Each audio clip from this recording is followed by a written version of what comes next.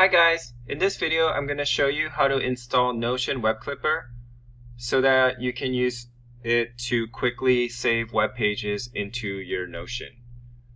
So it is a Chrome extension you need to download, so you can go to chromewebstore.google.com and search for Notion Web Clipper.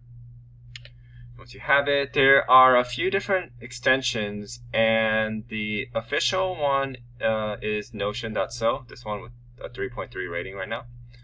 I've already installed it, so it shows remove from Chrome. Once you install it, you want to log on with your Notion account email, and I've logged on, and it will show up as an extension in Chrome once you have it. Now, say for example, I want to save this exact web page. I can just left click on it and it will give me the option to save this page as whatever name I want it to be.